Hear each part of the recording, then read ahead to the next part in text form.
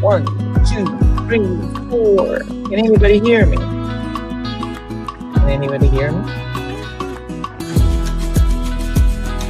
Hope this works. Thank you.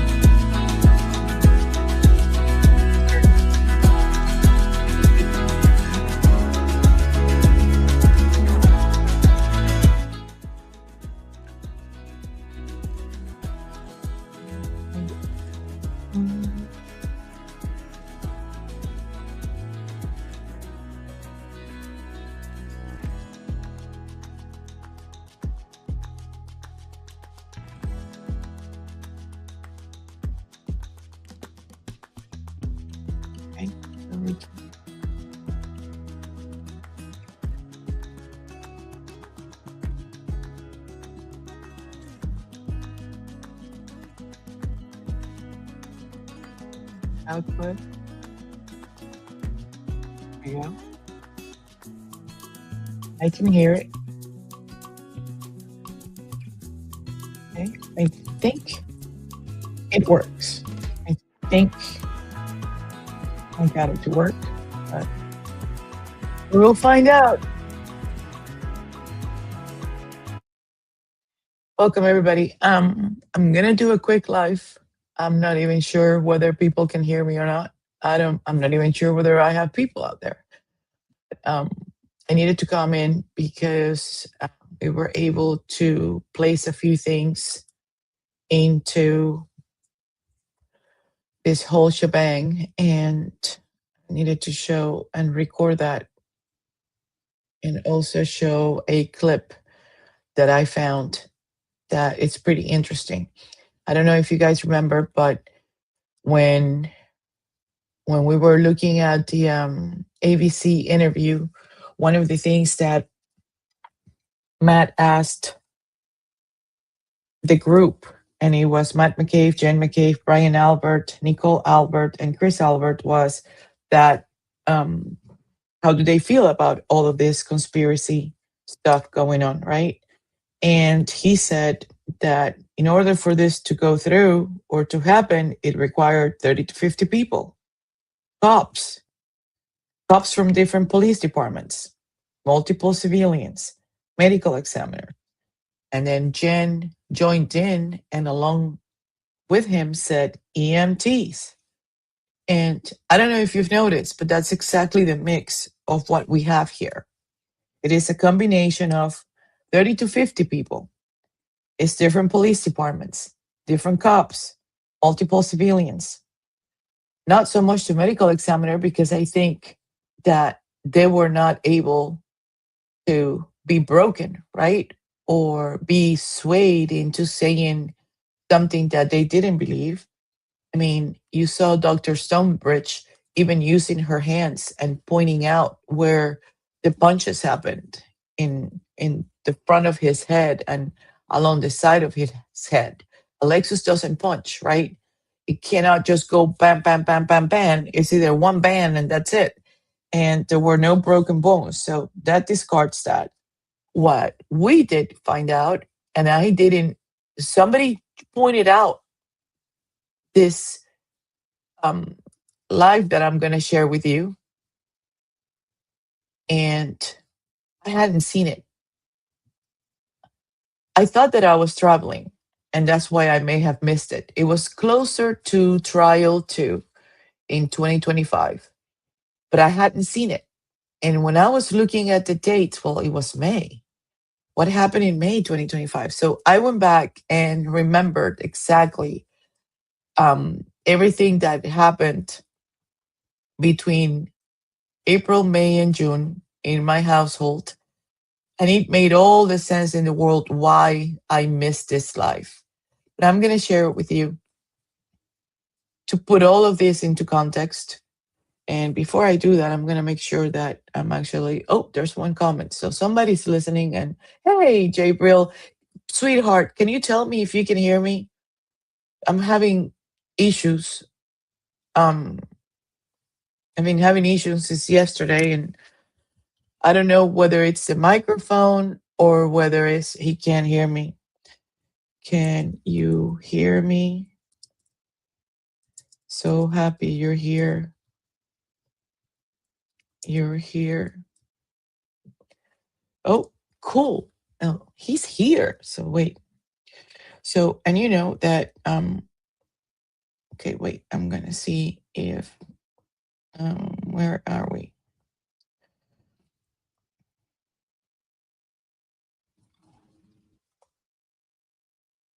Hold on 1 second. I'm setting it up.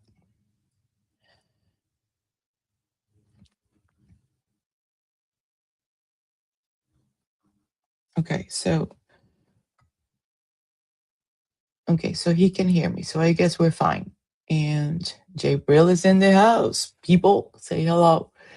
So the clip that I have is sort of like to try to marry the information that we got from ABC and that interview that they did on the McAlberts.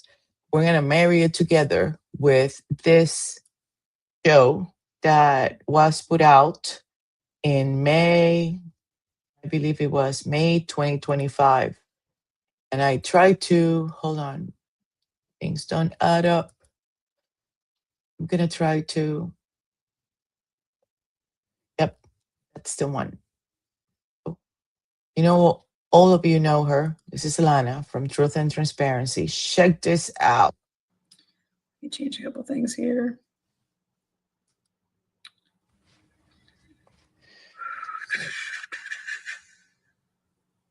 Oh my God, the G's are having a live interview right now? With who? God. Hopefully it's good. Hopefully it's good. This is the case. So these are the witnesses that are on both the Commonwealth and the state. And then here's just the defense. And then here's just the Commonwealth.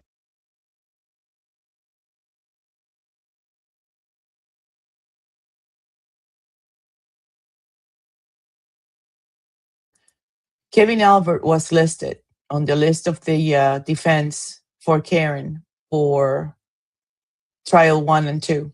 He never made it, but he originally was there.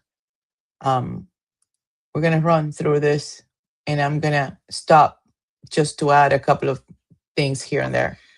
See this name right here, Ashley Bell? Okay, well, Ashley Bell, without doxing, I'm going to point out something. Ashley Bell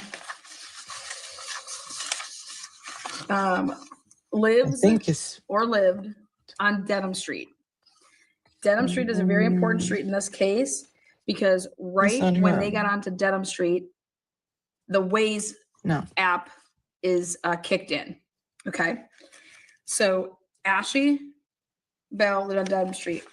Now, on February 18th, straight from Turtle Boy, give him props, but also straight from the case. If you've been paying attention, this trial, what we're looking at here is Michael Proctor was texting with Galanis on February 18th, 2022. Well, who is that? Galanis. Well, that is right here. He's a cop. Okay. Asking him for ring surveillance videos of homes in Canton. He's a can cop.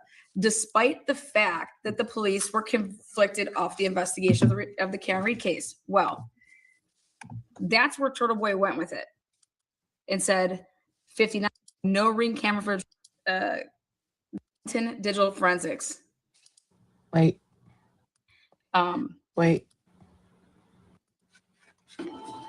Texting Colin and all that stuff. That's going to be part of my presentation tonight. Make a left on the, and this is what the WAZE was doing. It started right here, like that. For those of you who have also missed this live, everybody, hey Ultraviolet, everybody has to watch this live fully. So I've been killing myself here, and somebody pinpointed me to this. And you all know her, is Charity. And when I opened up this live from May 2025, I know I was completely on a different world because there were so many things happening to me during April, May, and June, right up to the day that the trial concluded, that there was so much stuff that I could not control. It was out of my hands. But I was still struggling to keep up with the trials and everything that was going on. And somehow I missed this life. This is so important. I have no idea how people have not made so much more fuss out of this, because this is exactly it. She already did it. He's already showing us that how, and I don't know if you guys saw it, but when Karen and John passed that corner, they missed the turn on Sherman, right? They missed the turn on Sherman. This is Jen McCabe. And that's Jen McCabe and Matt, that car right there. And they turned to the left. And that, I believe, is Colin Albert. But we'll get to that later. And I'll show you why later. And I just did a live earlier about that. But if you notice, now Karen is about to roll through right in front of the library. Okay. And she's driving with John. There she is. There's the car. And she keeps going. She's got a green light. So she doesn't make either turn to the right or to the left. Right. But don't forget that at 12:14, that's when John texted Jen and said, "Where to?" Remember? Where to? So I believe also that this Blizzard party was not at 34 Fairview. It was in Oakdale. Even the fact that Jen tells John the Bella's mom reference, I almost flipped a few minutes ago because I have no idea, not even what's the name of Bella's mom. And I figured out, her address, and guess what? It's 0.7 miles away from Oakdale. 0.7. And guess where John was? Guess where they come through? Why would Jen give John a landmark of Bella's mom house if they were all going to 34 Fairview? Because Jen, Matt, and Chris went through Sherman to the left. They were 4 minutes away from 34 Fairview. She already knew on the 12:18:44 call that they didn't make that turn on Sherman, neither to the right or to the left. So why would she give him a Bella's mom reference to go to 34 Fairview and not to Oakdale? Because grant you, both places are close, right? But she knew they had already gone the long way. And that was a reference to go to the party at Brian Hamilton's home, not to 34 Fairview. Everybody knew, just like Lana said, that party was at Brian Hamilton's house, not at 34 Fairview. Brian Albert says, yeah, not only why she was so angry, but the fact that, the messages are not running. I'm sorry, guys. What was it?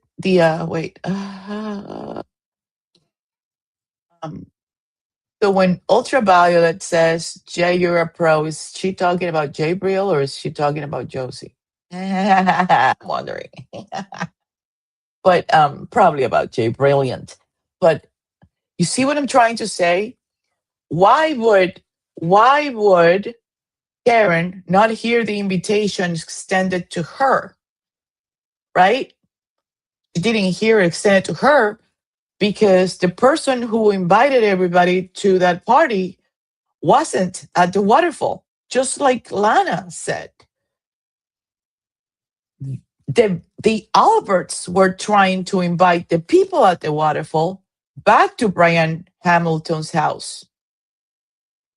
So then it made me wonder, who is that person that walks in with Kevin Albert? Is that by any chance Brian Hamilton? Does anybody know what he looks like? Because they come in and for 31 minutes, right? The other guy that is with Kevin keeps going, sort of taps Brian Albert, keeps going all the way to the back and starts talking to Chris Albert and with Kevin Albert. And I think a lot of people missed the fact that Kevin Albert took his black jacket off. But somebody, no, what a pro. I'm just stubborn. Like, I am so into details. Details are important, right? It's like, don't give me just the big meat. I want to know what's on the side. I want to know if it's collard greens. I want to know, because I hate them, if it's corn on the cob, if it's a, I don't know, whatever it is. Like, I need to know, how did you make this meat? Did you cook it in an oil where you cook shrimp? Because I am hyper allergic to shrimp. I can't even smell shrimp. I need to have every single detail to make sense of this. And then, I am scrutinizing press conferences and listening to Berkowitz and listening to everybody talking about Berkowitz, trying to see if I can find somebody who looks like the guy that walks in with who? With Kevin Albert. Why? Because there was a party going on. Sergeant Good knew it. Everybody knew it. Brian Albert knew it. Definitely Chris Albert knew it, right? John knew it. Karen didn't know. I mean, couldn't distinguish what 34 Fairview was from 35 Fairview or from 33 Oakdale. At the end of the day, she's not from around there, right? And even though that's where they hang out and whatever, I seriously doubt that Karen had been anywhere near 34 Fairview at any given time. Now, it gets even worse. So Lana, I find this thing, and oh, you're so sweet. I find this you gotta hear this. You gotta hear this, but you gotta promise me everybody has to go and give her a like, because, I don't know. I hope she doesn't mind that I'm doing this. So let's listen. It actually started right here. So this is where WAZE started. Like right wow. There. This is 110. Mm-hmm. Okay. 110. See where the 110 is. It's really important. This woman's ring camera would be really important, because if they want to say that she just came down Denham and they got lost, okay, and then they just had to put it in WAZE, they pull off to the side to put it in WAZE 34 Fairview because they got lost. Like, that's their story. Okay. That John called at 12:18 in 50 seconds because he was lost. Wait. Where did you hear that? In this call blast from. I need to know that. Lang's people report says, Lang's people report. What does that mean? Oh, Lang's police report. Lang's police report says Karen kept saying she didn't drop him off there. Lang's reports. Okay, I'm gonna look for that. I'm gonna continue with the thing, but I'm gonna go look for it on the dump of the Google Docs. Let me see if I can find that real quick. Okay, so we're gonna keep going here because I wanna pinpoint something. So 12:19 and 36 seconds. Look for that. WAZE is activated after that. Mm-hmm. After that hang up. Okay. Well, what would be very significant is if the car never is seen traveling this way, and if the ring camera doesn't pick up the SUV from over here, right? That would mean that when it's registering right here to kick in at like 12:19 and 36 seconds, right in that area, that means it wasn't coming from over here. That means it was coming from like over here. Okay. So address 110 would be very, very important. Because if that Ring camera does not have the SUV going this way, right? And again, ask yourself, why did Michael Proctor want this on? He wanted this information. He was interested in this information to bury it. He wanted to know who had Ring cameras over in this area because we need to bury this. Why? Because John and Karen, because Karen doesn't know that area. Karen, for all she knew, she was at when she was waiting and dropping him off and saw him going to the house. Makes all the sense. Where this cluster of the stop sign is over here, right next to Link's house. Oh my God. Oh my God. It's to her when she's pulling off and stopping. I mean, all these houses look the same. She doesn't know where she's at. She doesn't know.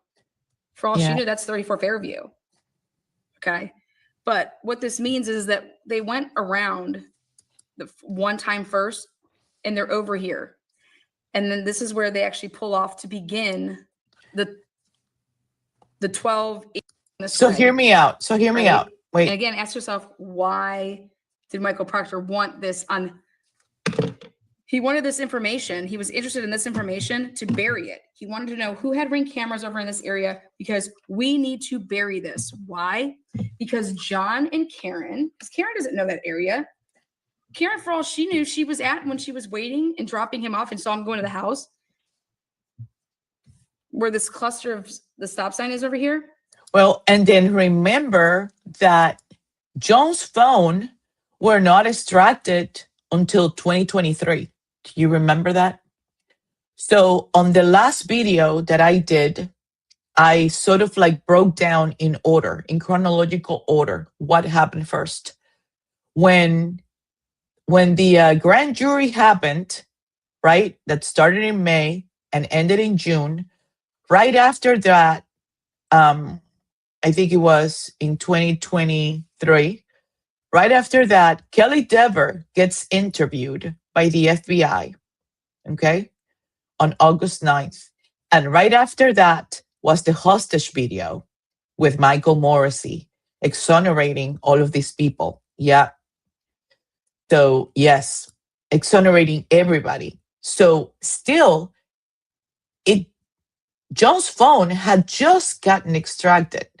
So they spent the entire 2022 year with the information or not extracting it, or maybe not officially extracting it. I have no idea what happened with John's phone in 2022. But all of these efforts were prior to that Morrissey's one of its kind press conference. So look how she wrote down that the call that started from inside the Yukon lasted until 12:19 and a few minutes, almost 12:20. Okay, look. So here, see 12:19:36. You see it written down there? Does anybody see it?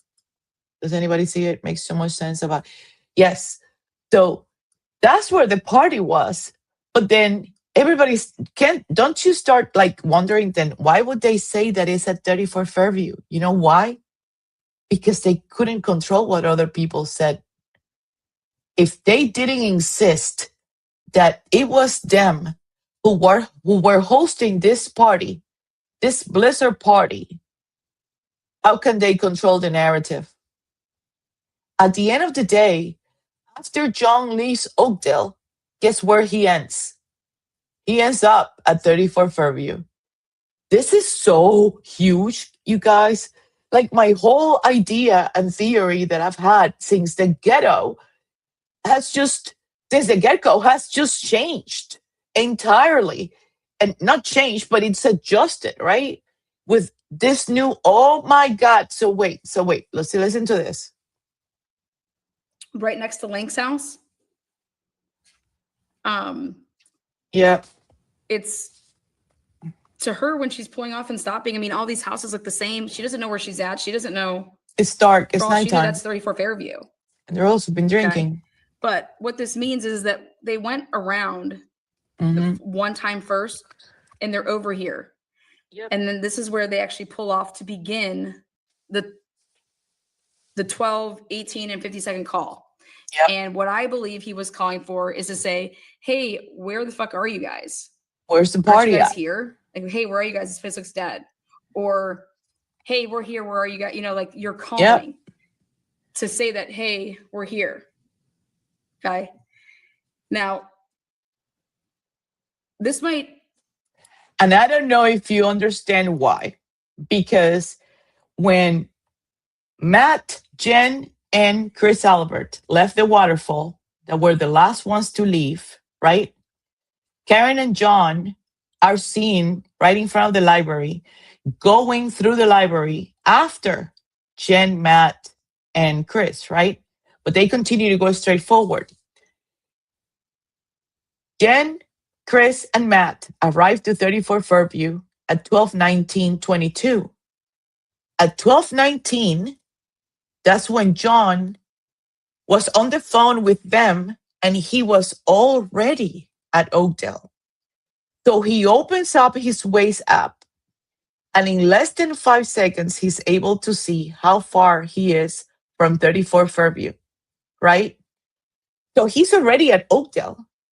So then you notice that Lana wrote down there on her piece of paper in the corner that the call ended. Oh, where did it go? At 12:19 and a few seconds. Let me see if I can go back and see it. 12:19:36. What happens at 12:20? Remember, at 12:20, there are two text messages. One that says, here, from Jen McCabe, right? Here, where? And the other one is from Higgins saying, are you coming here? So logically, Jen McCabe and Higgins are not on the same spot. They're not at the same place. They cannot be at the same place because they're sending two text messages asking the same thing to one person, to John O'Keefe. So Higgins could have been in Oakdale or near Oakdale, right? And Jen McCabe could have been at 34 Fairview, right?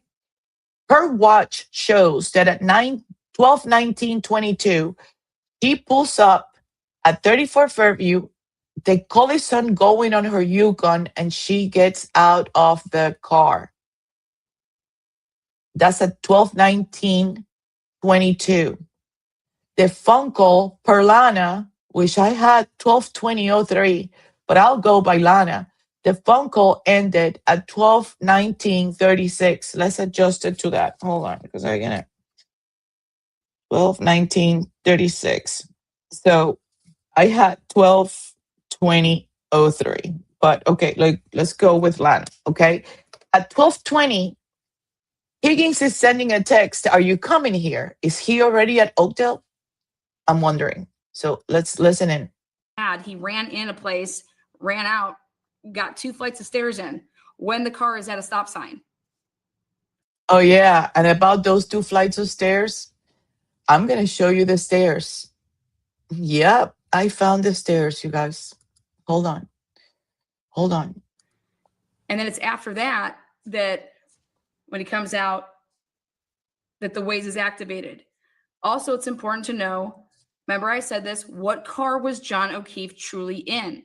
Because Karen's like, he gets out of the car, right? And he needs to go check and see if, hey, are we even invited here? Why do you think you would say that? Well, because we weren't with these people at the bar. The people that we were with at the bar, they're the ones that said, invited us to this place, right? But John knows where they're at. They're in hog heaven. Well, Anna, what do you mean by that? Well, I'll tell you what I mean by that. Do you guys know who the fuck lives over here on all these streets? It's going to get interesting, you guys. Do you guys want to know how many police officers live on Oakdale Road? Let me tell you. You guys know how many police officers that were involved in the Sandra Birchmore case live on that street? Oh, my God. Okay, ready? You see these names, right, of these streets? Dedham, Maplecroft, Oakdale, Birchcroft, Crestview, or whatever the hell it's called. Crest. What is it called? Oh, Cedar Crest. Okay. Michael Lank, 33 Oakdale. Michael Lank, 33 Oakdale. So we're gonna take a marker here. You're gonna tell me if you think John was lost. John was not lost. John was not lost at all. I agree. 100%. Oh my God.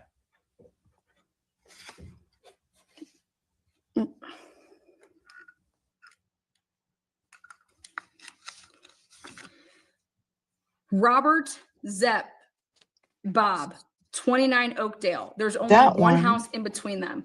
That is the canine officer, Robert Zepp, family of cops. Next, Sean. Yeah, but wait, that sounds like the Canton 9 guy too, wasn't it? That sounds like the Canton 9 guy, the cop that went and interfered when the D&E situation was happening. If I recall correctly, does anybody recall? No, he's not here. Inverted Bukkake. Can somebody go find inverted Bukkake? I need somebody to keep my memory straight here. I think that was one of them. But before we go any further, I want to show you this. Do you see those flights of stairs? Let me see. Do you see the flights of stairs? Can somebody tell me yay or nay? Put a 1 in the chat. Yeah? No? Yes? No? Yes? Okay, hold on.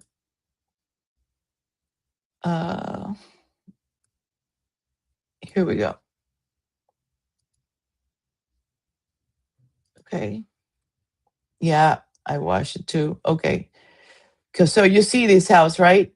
I don't know that I can make it any bigger. Let me see. 1, 2, 3, 4. 4 steps up. That is the house where the party was supposed to be happening. The Blizzard party. Wait. So Becker is, if I'm not mistaken, I can't remember, but it sounds familiar. Becker. I can't.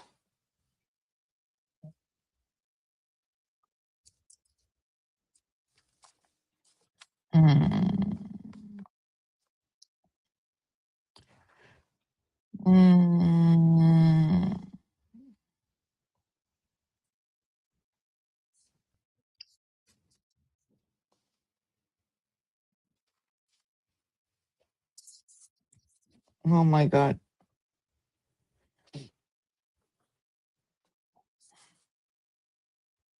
That one sounds familiar.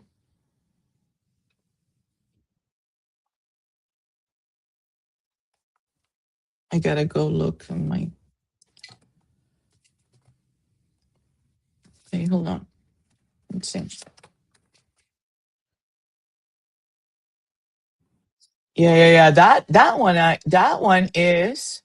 Yeah, that guy is, and I confirmed, thanks to my buddy JS. But that one is the guy from the landscaping, the Absolute Company guy that had the company that somebody reported a guy on the snow. I don't know if you guys remember. That's that guy. So I didn't realize that WAZE the trip to 34 didn't the WAZE have the trip to 34 Fairview?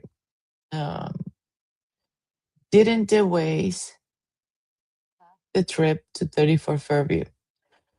Well, I don't know if I understand that, but John's WAZE app shows that he opened up his WAZE app at 12:19 even, and by 12:19:05 he had completed the search of 34 Fairview. So he knew how far out he was from 34 Fairview from where he was. And what we're showing here is that at that time, where John was in Oakdale. Now, Karen mentioned a little earlier that in some of the reports that Lang did, she kept saying that she didn't know where she dropped him off, which makes sense. But we're trying to also tie in the fact that, and I don't know if you just got here, Rubenat, but we're trying to tie the Vela's mom house reference because Vela's mom's house is 0.07 miles away from where he was at 12/19/22. I don't think it happened at 34 Fairview. I really believe it was somewhere else. When did you see that, Karen? Do you have a clip of that or anything or like a date? Can you give me any reference to see what am I looking for in this all these files that I have saved here? I did a search. Is still looking, searching for anything that says Lank and Karen. So it's still, yeah, it's still going on a different computer. But I also lost my computer in 2025. You can't hear Lana, no, because I have her paused. I guess you want me to shut up. Here we go.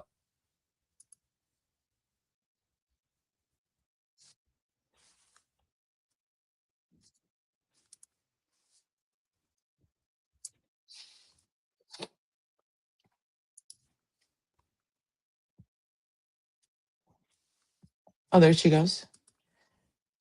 And not only that, that's the same Brendan Healy that owns the Absolute landscaping company that had a guy which called in and reported a man on the snow on 34 Fairview.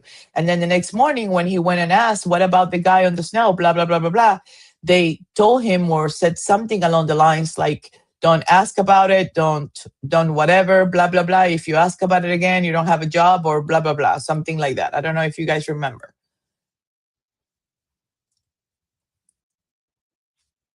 One less. Yeah, I remembered him. That's the body shop guy. That's the body shop where, do you guys remember? That's the damn body shop where reportedly John's car was taken to get fixed right after Karen hit it in the driveway. That's the one less guy. He was a cop and then he retired like really quick after the whole thing happened. And he is who reportedly, allegedly fixed John's car. So, oh my God. Oh my God.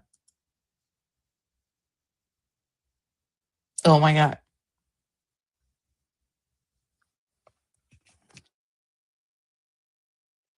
Don't know who that is.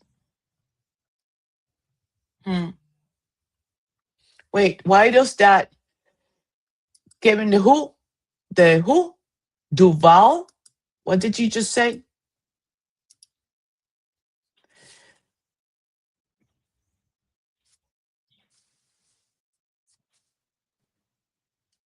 I think he was a Boston police officer, I think.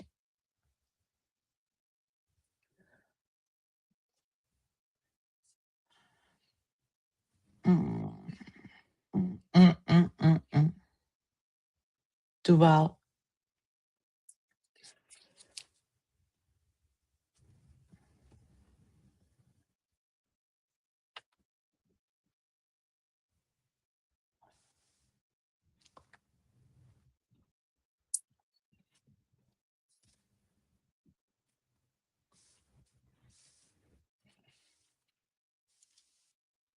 Mm.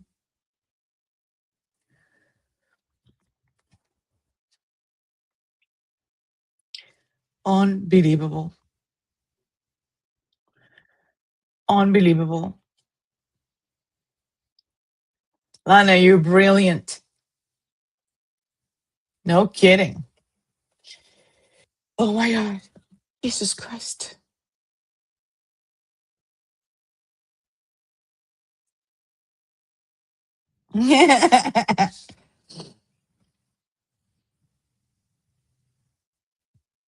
Would you believe it? This is just ridiculous. Ridiculous. I'm looking at the same map, and I had some of those houses already marked. Yeah, we already know that. Let's go. Let's go here. Okay, wait. Let's go here. Okay.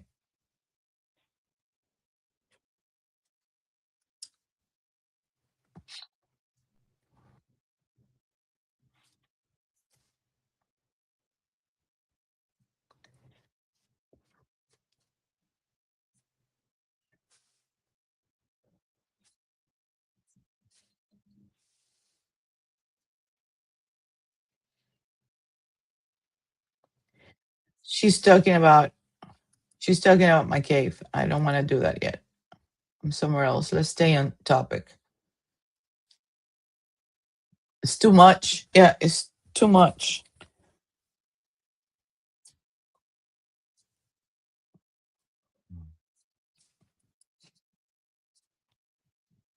Mm-hmm.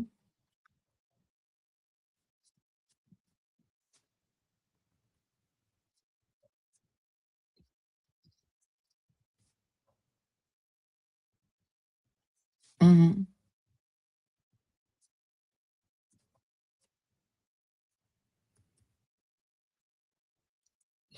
Mm-hmm. Mm-hmm.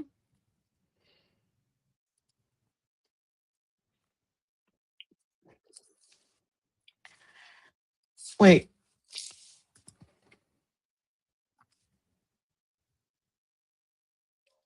Okay, so you can't hear.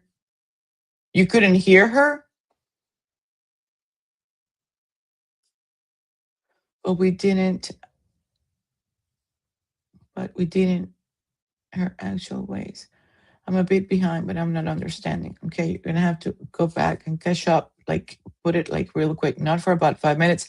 Well, if I'm talking ultraviolet, I mean I'm muting Lana, right? And I go back and I put it back on. This is her show, and I'm gonna put the link so you can go back and listen to the entire thing. She did this show back in May 2025. And in the beginning, I was explaining that I missed it. I was going through a couple of situations, and for some reason, I missed this show. But this is like vital, and had I found it prior, thank God somebody sort of like guided me to it because they heard me struggling about all of these cops and all of this information. Brian Albert just confirmed on that ABC interview that for this to work, it took 30 to 50 multiple cops from multiple police departments, multiple civilians, medical examiners, EMTs.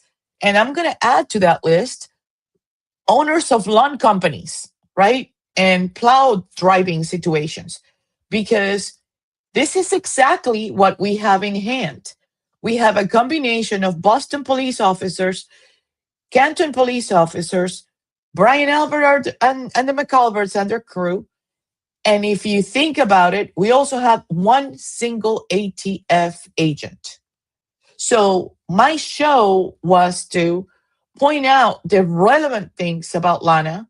Everybody needs to go over there and give her a like and listen to the whole thing because it is mind blowing in capital letters. And she is brilliant. I think it was the first YouTuber, content creator, and analyst that I had been following since day one, since April, in regards to Karen Reed, since 2023.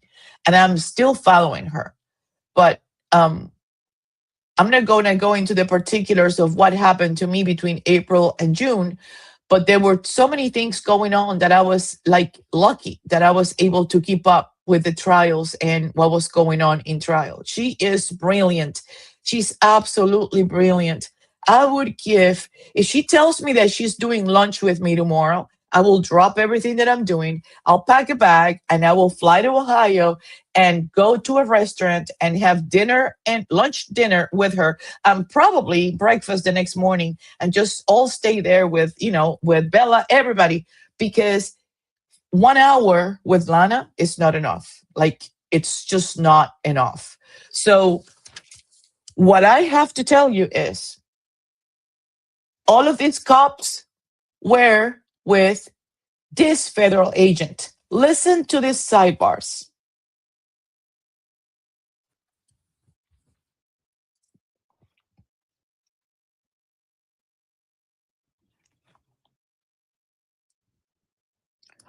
Procter and Bukaki interviewed Higgins on February 1st.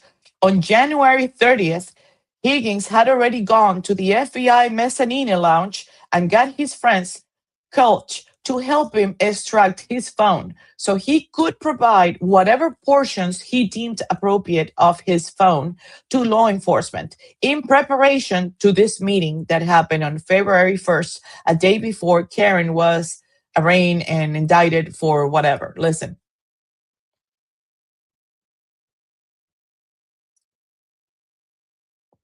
I think it was. I think it was the second.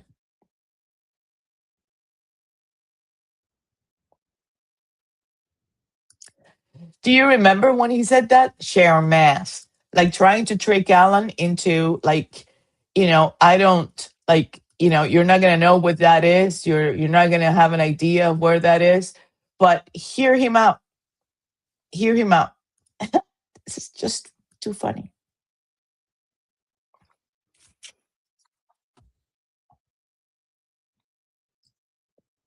He looks at Lally. This is where it's gonna get juicy.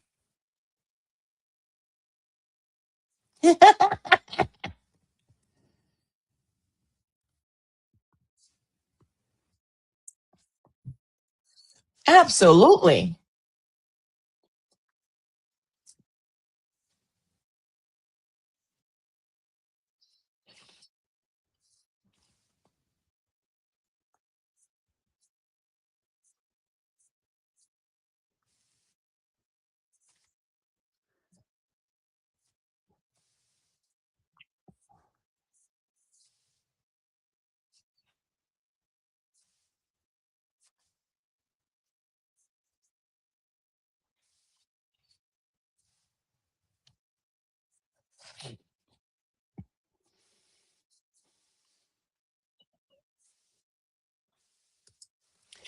So to put that into context, and we're gonna go back to Lana after this so we can finish on those key points. But let me tell you, the lawyer that Higgins shows, and I don't know if you remember, but years back, I want to say that it was somewhere in 2015 or maybe 16, and maybe JS, my buddy, can correct me if I'm wrong here, but yeah, hold on one second. Yes. There was a fight at one of the Legion's bar, right? Down to, oh my God, I think it was around Quincy, if I'm not mistaken. But there was Christopher McCollum got beaten up. And was that the case? Let me not specify the case, but the lawyer that he got represented law enforcement that were also involved in fights and drinking, and they were drunk. And apparently, he was successful at what he did. And that was the lawyer that Higgins had at that time. So the interview between Proctor, Bukaki, and Higgins was at the home of his lawyer. And also the trial channel has the sidebars already out. So people should go and give them a shout out to, we're going to go back to Lana and see what she has to say.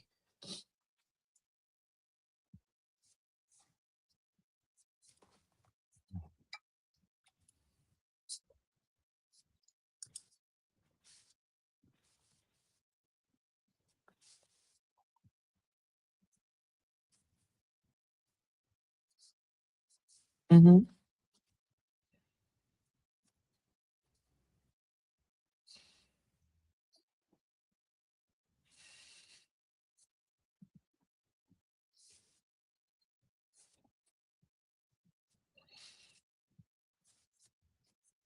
Mm-hmm.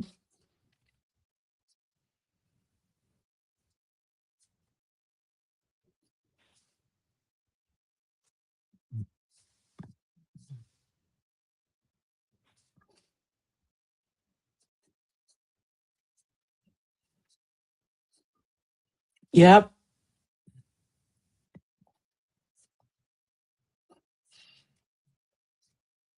Nobody did that until 2023. You got to get ahead. Yep. Mm-hmm.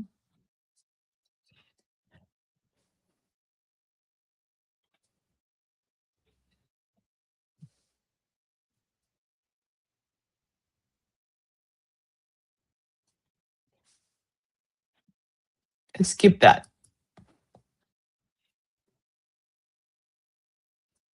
Yep. Okay, so wait. Okay, here. Yep. Oh my God. And Boston PD too.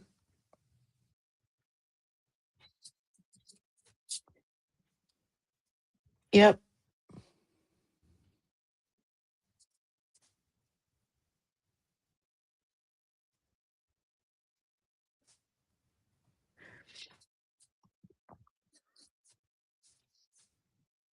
I'm more over here. Hold on.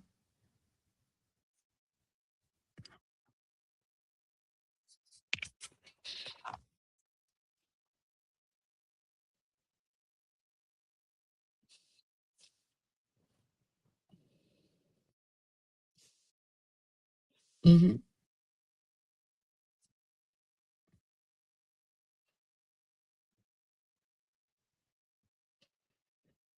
Mm-hmm.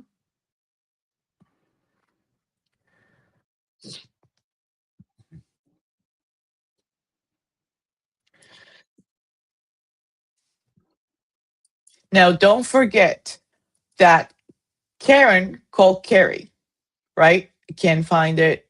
It was a Total Boy show she did. I can't find it. It was a Total Boy show she did. Okay.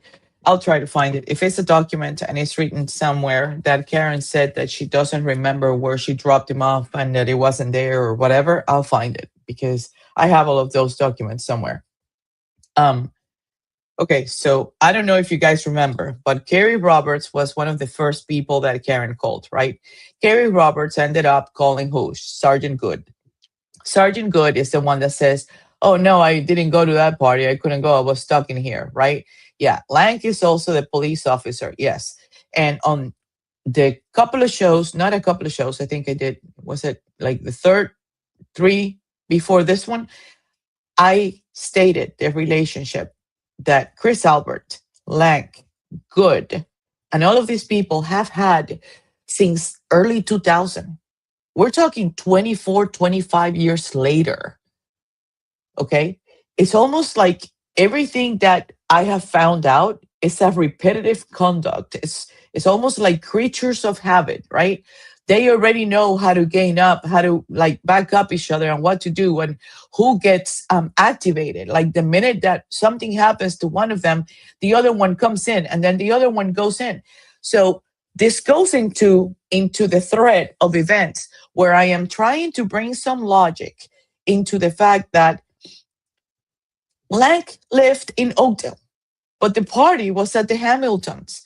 There is an entire testimony by, I want to say that it was Catherine Camerano, that was talking about there was a blizzard party scheduled or organized, and everybody knew about it, and everybody knew about that party, not the McAlberts. The McAlberts never had a party going on.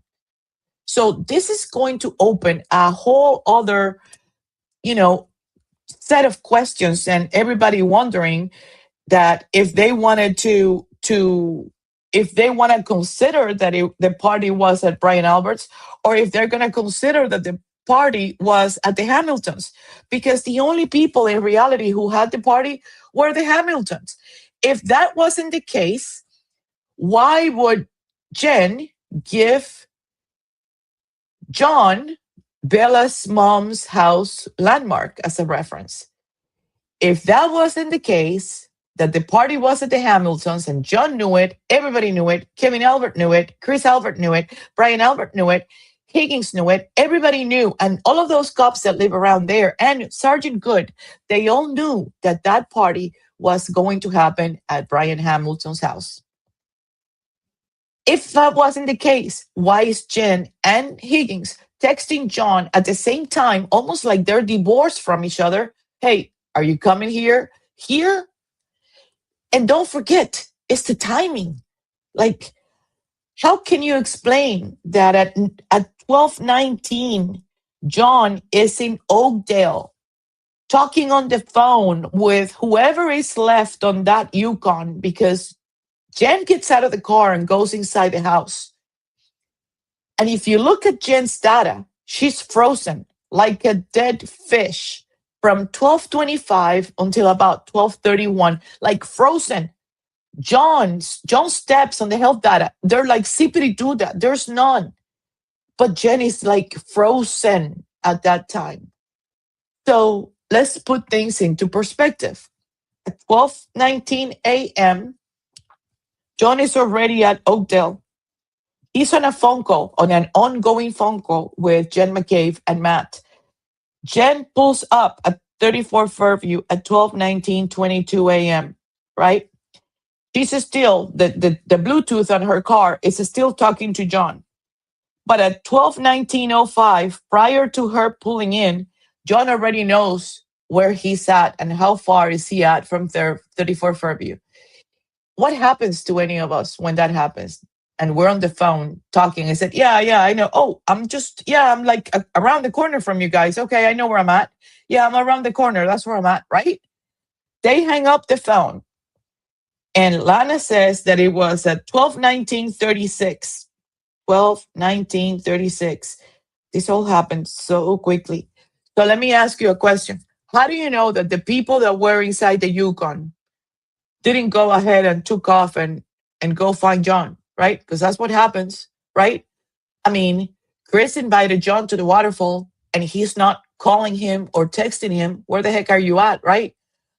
Because why? Because he's riding with Matt and Jen to 34 Fairview.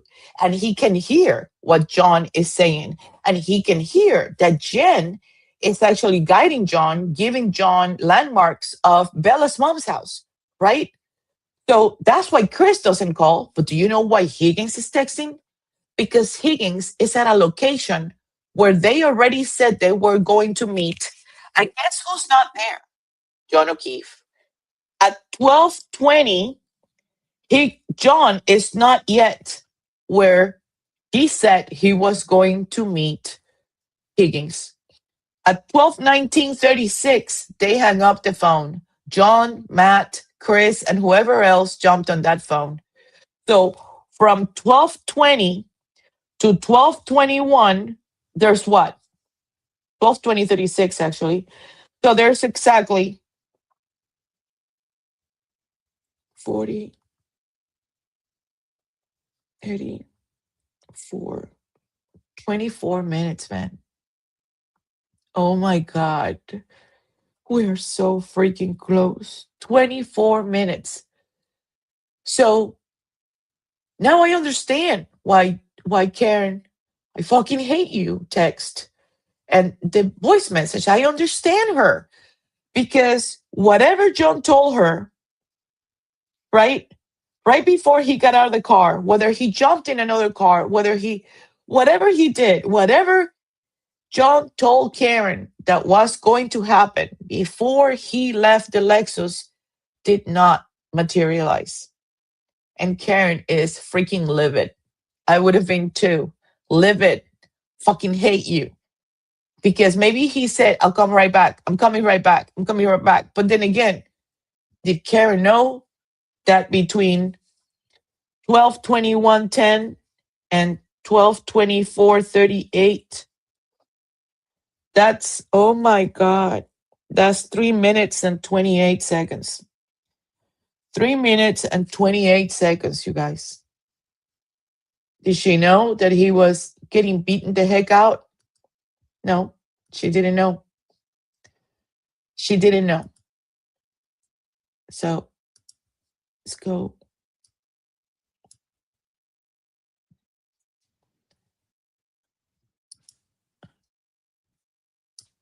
Let's see.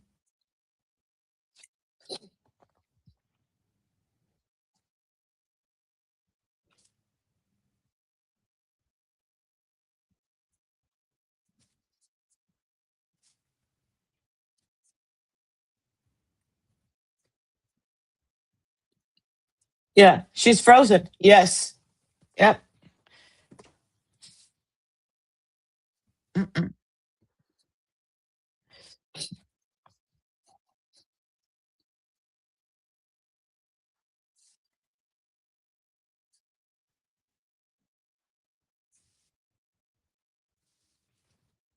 Wow. Wow. Yep. Because if they didn't, their whole argument falls apart. Don't forget, they were going to blame this on the plow driver. That's who they were going to blame, John. John was not the first man who is found on the snow hours and hours later. The Craig Casey situation happened right in front of John's house. Every single news clip and report always says that he was found on Pleasant Street. But they never say Meadows, because he was on the corner of Meadows and Pleasant Street. He was not the first person who was found deceased, dead, on a lawn. They were probably going to blame it on a plow. And then what happened with Craig Casey? Up to date, nobody has made a lot of fuss about it, right? Nobody has turned around the earth trying to find out what was it that happened to poor Craig Casey. Nobody has. Oh, it was a car accident. He got ejected and he landed there. And really? He landed there next to a broken glass and like 4 or 5 houses away from Chris Albert and Colin Albert. And mind you, John lived right in front of where he was found, because John moved to Meadows in 2017. Heck, Higgins was already living in Canton, because Higgins moved to Canton in 2018, June, if I'm not mistaken. And I have the date written down somewhere. So they were all living in Canton. So let's put this into perspective. If Karen hadn't had Kaylee, Karen first calls Carrie, and tells Carrie, John didn't come home, blah, blah. Carrie starts calling every single whatever and talks to Good first and says that she has called hospitals and whatever. And we don't know whether she did call them or not, right? But she tells Good. And the first thing that Good says is that he knew about that party, but he couldn't go. He was stuck in there, right? Karen has Kaylee call Jen at 4:53 in the morning. I'm going to write this down. 4:53. Again, I'm going to write it down. 4:53 in the morning. What is the first call that Jen McCabe places after she hangs up with Jen? Who's the first person she calls? Does anybody know? Anybody? She calls Julie Albert, because if their plan was to blame this on the plow, if their plan was to,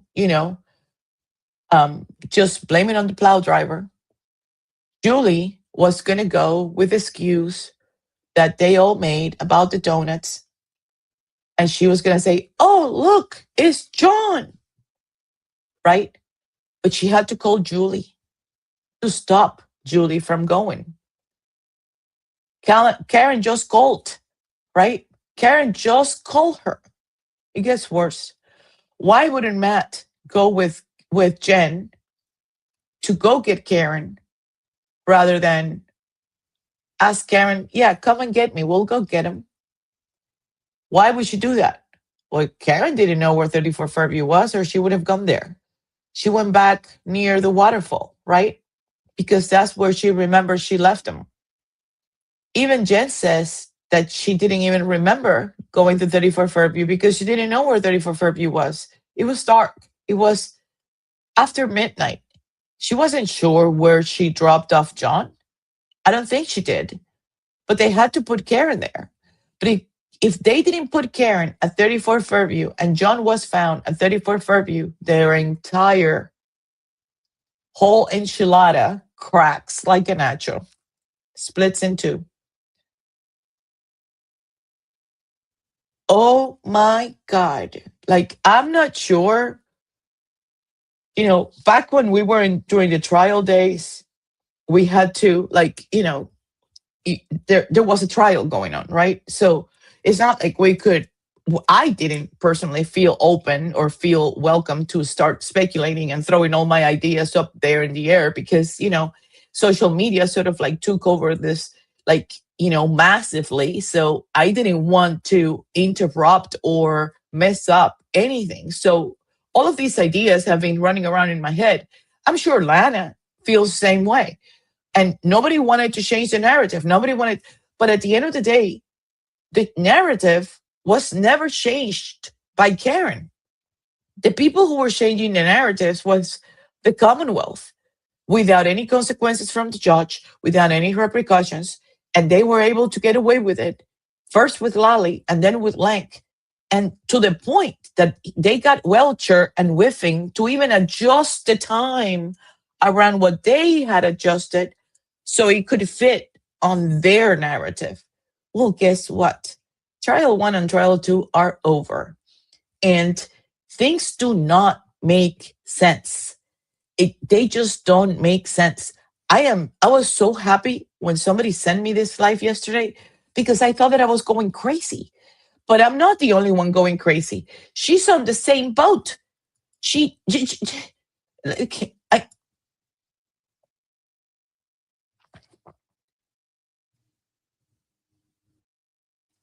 Yep.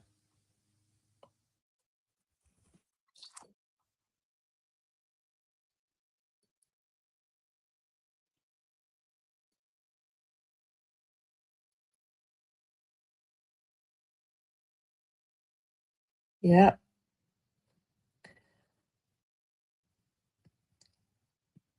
Wow.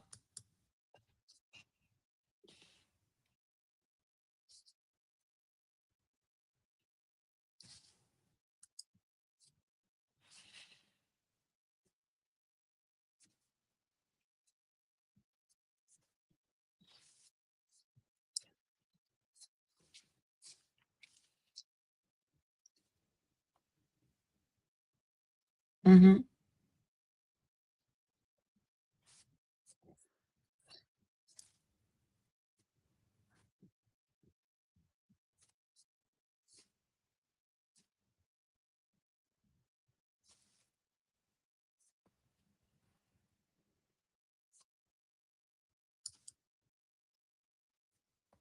Yep.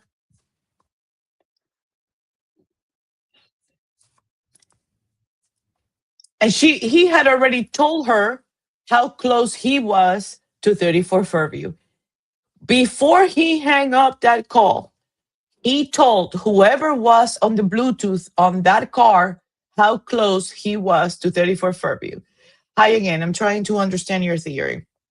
Are you saying that John and Karen went to this other house and Jen texted him when he was already there saying to come to 34 Fairview?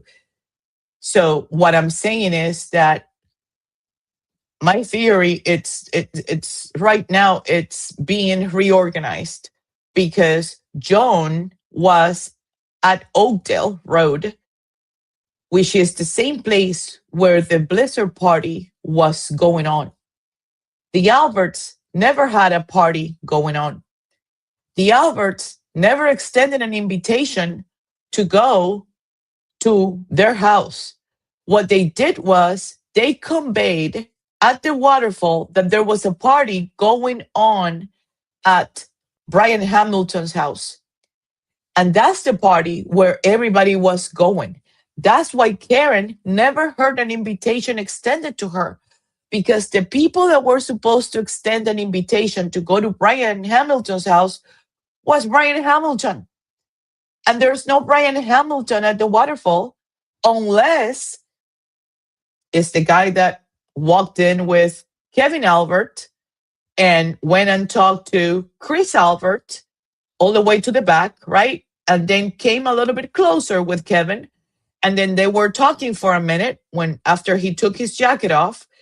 And unless, right? Unless. But the reason why you extend an invitation to somebody to go back to your house is because there is a party going on. And the only party that was going on that night in Canton, the only Blizzard party that everybody knew, including Sergeant Good, who is inside Canton PD, right? Dever is in the parking lot of the church in Washington Street, right around the CPD. So is Saraf. Good is on the phones. Even Good knows that there is a Blizzard party going on at Hamilton's house. That's where the party was. It wasn't at Brian Albert's house. But they had to change the whole thing. Because when this happened to John, and he was placed on the lawn in front of 34 Fairview, their first thought or plan was to blame it on the plow until Karen called at 4:53 in the morning. And the minute that Jen and Karen hung up the phone, the first call that Jen placed at 4:57 was to Julie, claiming that she never spoke to her. She never talked to her. I didn't pick up her phone, whatever. But that was the first call she made because she had to let Julie know not to go to 34 Fairview and pretend she found John, which was part of their initial plan. But in the other hand, Julie Albert testified that when Jen called her at 4:57 in the morning on the same phone call that she claims that they never spoke, Jen said, "We never spoke." Julie Albert says, "That's how I learned that John died." That's how I learned. Are you listening? That's how I learned that John died at 4:57 in the morning. Now, going back to memory lane, Karen goes and picks up Jen. Why didn't Matt go? Well, we'll get to that later. Karen goes and picks up Jen. Jen gets in the driver's seat of the Lexus and she drives Karen back to One Meadows, right? They don't get to 34 Fairview until 5:57, almost 5:58 in the morning. How does Julie Albert learn at 4:57 in the morning that John had died? From what Jen, from the message or whatever call it is that Jen had with her, that she says it wasn't a call, but that's how I learned John died. On that phone call, from that phone call at 4:57 in the morning. That doesn't make any sense. Are you saying that he plugged in the address and thought, oh, that's too far? No, to the contrary. I'm saying that at 12:19, and I'm not saying it, the data is saying it. At 12:19, John shows that is on Oakdale Street in Canton, which is not far away from 34 Fairview, which is about 0.7 miles away from Bella's home, justifying why did Jen McCabe tell John, oh, it's around Bella's mom's house. Because that's where she was directing him to, was to go to Brian Hamilton's home. Okay? But at 12:19, John is still talking to whoever is inside that Yukon because the call started from the Bluetooth in the Yukon at 12:18 and 44 seconds. While he's talking on the phone at 12:19, he arrives at Oakdale Street, and at 12:19:05, he has already completed the search to 34 Fairview. And he notices how close he is. And he probably said, oh, I'm just around the corner. I'm pretty close. And they hang up at 12:19:36. The reason why it only took 5 seconds for John to complete that search is because he already had it on his search history. It's the only explanation. The only possible option was that he used voice command to say 34 Fairview and see, get directions to it. But that's impossible because they were on the phone. How can he use voice command when he's on the phone on an ongoing call that started at 12:18:44 from inside a Yukon? I think it's on Karen Reed just was having a blizzard party on Saturday. I think it's on Karen Reed. John was having a blizzard party on Saturday. About halfway, she's going through lines. I think it's on Karen Reed. I think it's, oh my God, I think you're guiding me somewhere, right? I think it's on Karen Reed. John was having a blizzard party on Saturday. About halfway, she's going through Lang's report. I gotta, I'm sure I didn't understand what you're trying to tell me, Karen, but I'm gonna go back to it, or I'll text you, I'll message you in a minute to figure it out. So And so what I'm trying to say is, wait, let me see. Where was it? What did I say last? So yeah, so he completes the search, and he probably, before he hung up at 12:19:36, he probably said, yeah, I'm not that far, I'm around the corner, or something to that effect, right? Because where he wasn't that far from 34 Fairview. It was closer to Bella's mom than what it was to 34 Fairview, but because Bella's mom was towards the Chapman way, and they came up that way, that Lana, let me go back here. So they came in this way. And some say that they came in this way. I got to go look at that. But this is where he was.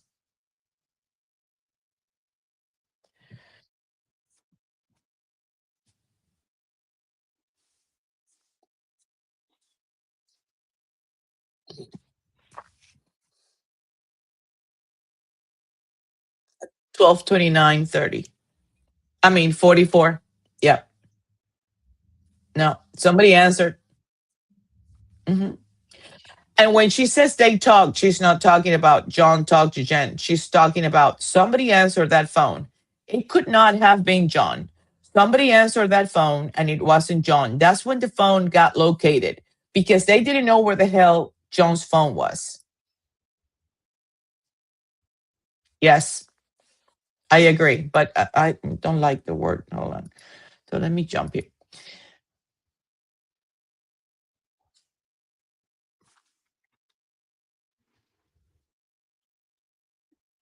Yep.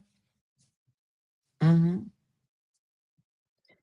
Okay, so it's 20. Yeah, she's talking Maplecroft,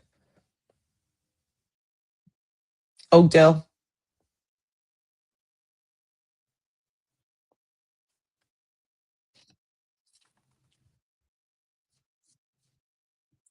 Yep.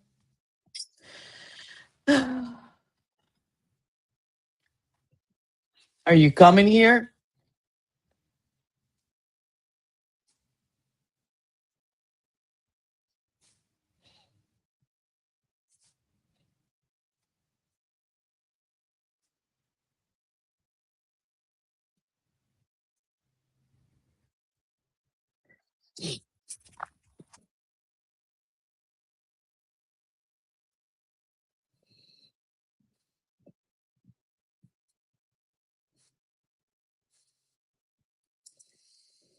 Well, and if that's the case, right? That's where it's all at. There's 1, 2, 3, 4, 5 at the house where the party was supposed to be happening, coming in. But I believe, I don't, I've always said that I don't believe that Higgins had anything to do with it. Higgins was not staying in Kenton. So Higgins owned a home in Kenton from 2018 to 2022. The house, when it I think the house sold, and I want to say that it was around the 5th of January, somewhere around that week. I gotta find it. I know I pulled it, but I know that it took no time to change the deed from Higgins' name to whoever else on that deed. And typically that takes anywhere between 30 to 45 days. But Higgins was not staying in Canton. He was staying in West Roxbury. Now, if we listen to this, um,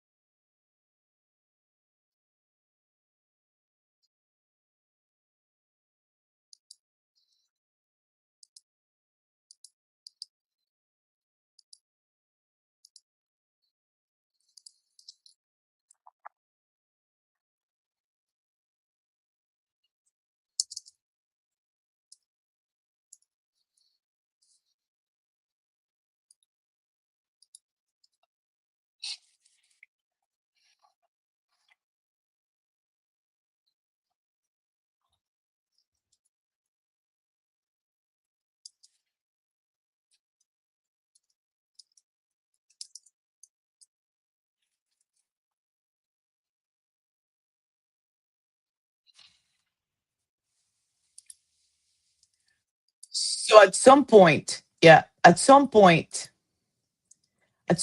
he says, um, and I'm talking about Higgins. He says, I wrote it down because it impressed the heck out of me. He said, the 120 timestamp. I'm gonna see if I can find it. I don't even know what happened. I didn't even know where he was found. Now, it's important that you listen to the entire cross examination from Higgins, because a lot of people have said, and in a lot of the sidebars and the videos, they they skip almost like they don't want people to know that at the time that this happened, Higgins was working with the U.S. Marshals. He was working with the Fugitive Apprehension Unit. Okay. I don't know why, but every time that he says that, even on the sidebars everywhere, I have seen several videos where they skip it, like they don't want us to know for some reason. So Higgins already provided a proffer, and that proffer came along, was contingent to immunity. So, which means is, in order for him to talk and spill the beans and give all these details, right? He wanted immunity. He was not going to get immunity for murder, meaning it was going to be impossible that any federal, nobody was going to give him immunity if indeed was him who actually caused those injuries to John and caused him to fall backwards and had an accident and fall and die, right? Maybe for the cover up part, maybe for helping out the McAlverts, maybe for being a true friend, right? For people to people, he's been a true friend to them, but for them, he's just an acquaintance. So I don't know if you can put all this, if it makes any sense to all of you. And I don't mean to rant or to confuse anybody, but it's just like so upsetting to me that the failure to understand why Higgins didn't have anything to do with it. It's almost like if you are resisting to understand what it means to provide a proffer in exchange of immunity and not understanding that that would have not happened had he been involved in killing John O'Keefe. So when I hear other people trying to make people believe, oh, Higgins, and this is not going to end until we get Brian Higgins, under whatever. No. Higgins didn't do it, man. Let's just give it up. You're wasting time and focusing on other people. Might as well just put in the time and try to figure out of the people that we have left, and I already have them down, out of the people that we have left who engaged on that fight that started at Oakdale, ended up at 34 Fairview, caused John those injuries, punched him repeatedly, and caused him to die. Because the cover up part is pretty easy once we figure out who indeed caused those injuries on John O'Keefe. So, I want to thank Lana so much because I've been following her brain for a long time. I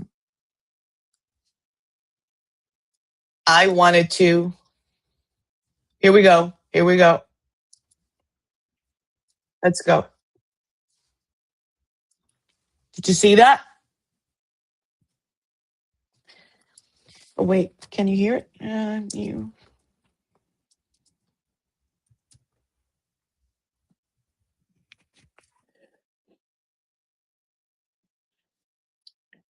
Can you guys hear it?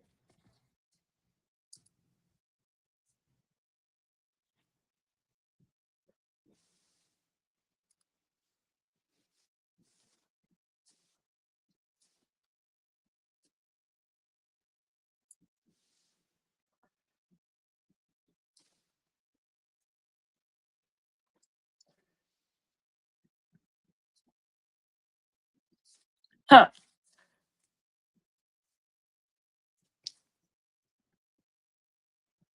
So she's talking about Ally McCabe, which,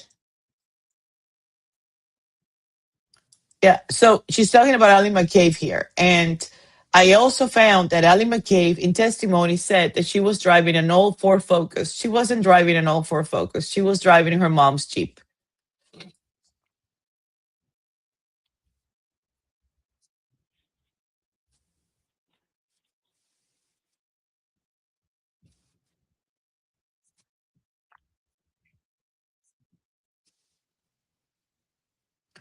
God is amazing.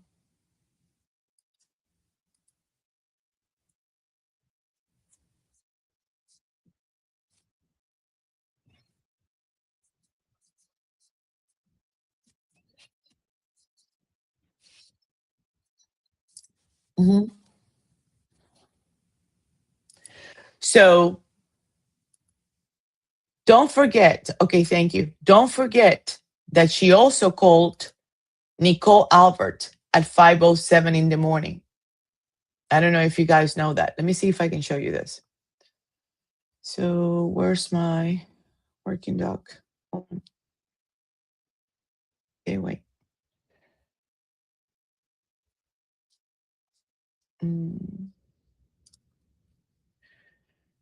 Remove. And then I'm going to see screen. And then how do I do that window? Can you see it? Oh my God, let me see if I can go the other way. I don't know how to. Can you guys see that? Can somebody, oh, I can't hear you. Okay, you can hear me. Okay, so, okay, wait. Okay, wait. This is the second one. This is not the last one.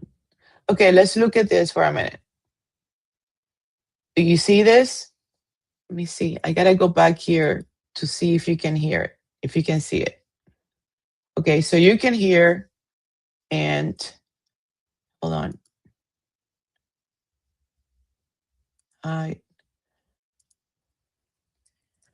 Can you see it too?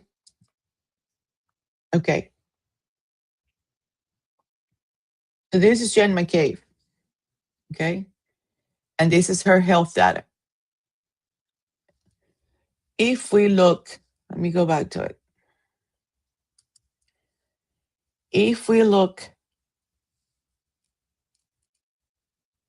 okay, so do you see here when she is talking to John on the phone, right?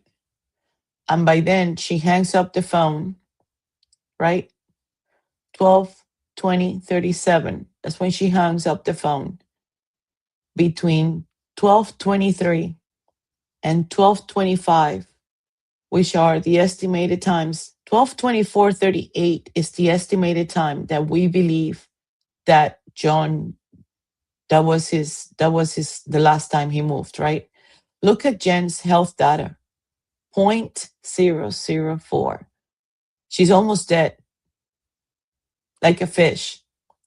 Like in comparison to, like, look at 12:10 and 12:11, right? When she 8.64, that's when she was walking out of the waterfall until 12/19/22 that she actually arrives at 24 Fairview. That's when she pulls in, right? And she's 8.64, right? Between 11:58 and 12:07, when she's at the bar making all this mockery and whatever in front of Matt and Chris and the people who were left there, look where she's at, 9.28. But during the key times of 12:23 until 12:25, she's dead as a fish. Now that has to do with don't quit. We are going to leave it here because I'm trying to break this into pieces because I don't want to overwhelm anybody, and it's just so much that sometimes it can get confusing. I do want you, as a thank you, to go please say hello to Lana, wink at her over there, click like on her thing, and watch the entire thing. So the next time that we sort of like gain up on this end and try to like put the pieces together, which she's also a puzzle maker. She's, she analyzes with intention of wrapping it up, right? There's a lot of people that you see that are talking about this, talking about that, but we're trying to put the pieces together. Everything has to fit, make sense in a chronological order. And it has to like click so well that it almost looks like a damn tailor suit that was made on top of you. It's got to be perfect. All the pieces got to go clack, clack, clack, and sort of like fit in perfect. Oh, did you like the clack, clack, clack, by the way? So I need to talk about the Faraday bag because I bought one and I did a test with it. And I posted something, but I haven't had time to go back and sort of like do a show on it. So I'm trying to figure out how to do the show on it. But that is also indebatable. I mean, it is, you cannot argue the fact that there was a Faraday bag in the mix. And what makes it worse is that if there was a Faraday bag in the mix, then what does that mean? Karen doesn't have a Faraday bag, right? I mean, she just simply doesn't have one. So who had a Faraday bag the entire time? Who had access to a Faraday bag? Why did they feel that they needed to put John's phone on a Faraday bag? Well, I'll tell you why. They needed something out of that phone. And we never got to see those pictures that Jen was taking with John at the waterfall right before they left. Remember? We never saw them. So we're going to come back to it. I wanted to keep it under an hour, and look where we are. Oh my God, we are at 1 hour and 30 minutes of yapping. So thank you guys for coming. I really appreciate it. And thank you for making me company. Jabril, you're amazing. Thank you for opening up with me. I know you're busy. Enjoy your weekend, people. I'm going to be working on this off and on as I can. And I'm going to try to put a couple of videos together to help out. That way, the next time that we meet, we can actually, everybody can follow through and see where we are at. Please go watch Lana, give her a like, and it helps. It helps me, right? So it helps all of us because that reasoning, her reasoning behind all of these findings, it is absolutely amazing. So credit where credit goes. I love you guys. Thank you for joining. Bye-bye.